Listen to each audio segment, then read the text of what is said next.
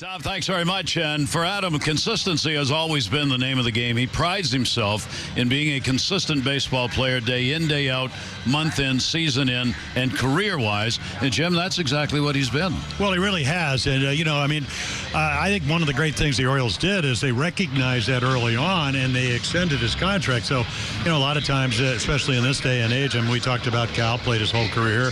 Eddie played a different thing. Brooks played his whole career. All three of those are in the Hall of Fame. But the Orioles had enough foresight at that time, and they don't do this very often. I mean, Brian Roberts got a 4-year deal, but Adam got 7 years.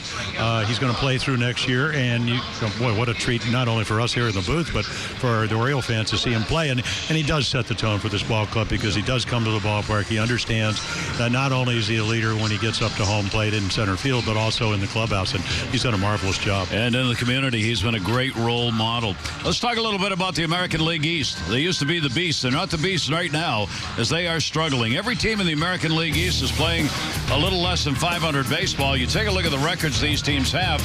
They're just treading waters. It's very hard to gain ground when you have records like that.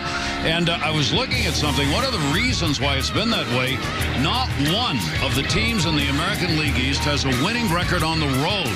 So every time one of these teams hits the road, the record goes down. As a result, everybody kind of stays in place. Yeah, I mean, you can look at all those ball clubs. I mean, the Red Sox, they traded for Eduardo Nunez.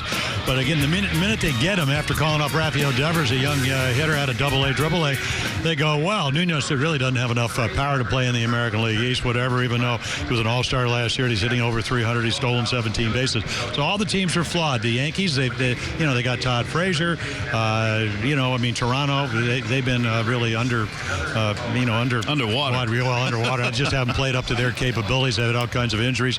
Sanchez 15-3 leads the league in ERA last year. This year he's had blisters, half 120. He's struggled. He's been hurt. So everybody trying to figure it out with about 60 games to go. So I mean, to me, it's just a foot race to the finish line. And who's going to make changes? Who's going to play better?